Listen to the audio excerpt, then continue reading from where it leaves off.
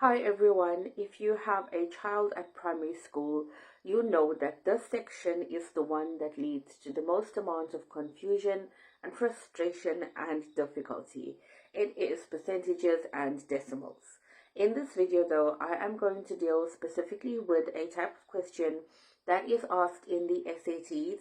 So this is a year 6 type question. If you have a child who is anywhere from year 1 right up to year 5, then this is where it leads to. This is how it is questioned in the year 6 SATs. So let's look at what we have today. We have here a scenario and they tell us that we have a laptop and the laptop's normal price is £480. And then what happens is that we have a discount or sale, and during the sale the laptop is reduced to or by 25%. So our first step is to calculate what exactly is the amount, which is 25%. Then we need to know, after the 25% has been taken off or reduced, what is the new price of the laptop. From there, we need to calculate, just say later on there is going to be an increase in the price. Here they give us 10%. So what is the new price going to be after the increase in the price that happens? So as you can see, there are many steps that we are going to deal with. And let's look at it one by one. If you have a child in year 6, so please get them involved, and I'm going to look at how to deal with this. So the first step that we are going to look at is what is 25% of the £480 that we have. Now remember here, when we are looking at a percentage, 25% can be shown in two ways. One, it can be shown as a fraction and then as a decimal. So we are going to deal with it as a fraction first. 25%, anything which is a percentage, you're going to take that number that is in front of the percentage sign and put that at the top. And then at the bottom, you are going to have 100 because the percentage sign indirectly is 100. So when you have 25%, it actually means 25 over 100. So when we have 25 divided by 100 and you put this into your calculator, you are going to get 0.25. So 25 over 100 gives us 0.25.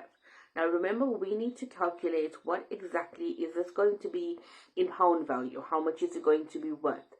So the next step is we are going to take the decimal, which is 0.25, and we are going to multiply it by the price of the laptop before the reduction. So 0.25 times 480, that gives us £120. So our reduction is actually £120.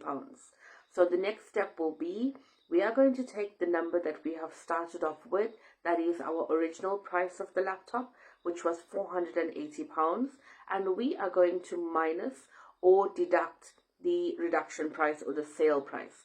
So we will say £480 minus £120, and we will be left with £360. So this is the new sale price that we have for the laptop. Then they told us that if later on there is an increase in price by 10%, what is going to be the new price? So then we are going to use the same step. We are going to look at 10%. Remember, anything which is a percent will be that number over 100. So 10% is 10 over 100. When we divide this, this gives us 0.10 or 0.1. So here, when we've got 0.10, that is 10% in decimal form, what we're going to do next, we are going to take the 0.10 and we are going to multiply it by the new price that we have, which was after the sale or the price reduction. So 0.10 times £360, that gives us £36. Now this £36 is the 10% which will be added on or increased to the laptop price. So now we are going to take the laptop price that we had after the calculations, which was £360. We are going to add, because we are now increasing, we are going to add the £36, which is what we've calculated. And when we calculate this or add it together, we are going to get £396. So now we can see through this calculation, we have done a reduction first, and after that what's going to happen is that we are going to have an increase that is going to take over, and our price or the laptop price is going to go up from there. So here we can look at how the year sixes are going to deal with it. As I said, if you have a child in year six, I do have a resource available. So please contact me or comment year six in my comment line, and I will contact you with regards to assisting your child. I do offer tuition as well. So if you have a child in primary school from year one all the way up to year six, I look forward to hearing from you. The school year is in full swing now, so now is the best time to start for your child to get ready before any of the assessments or tests come up. I look forward to hearing from you. Please comment year six and I will get back to you. Join my group, Nero's Primary Maths, and we will chat very soon. Thank you.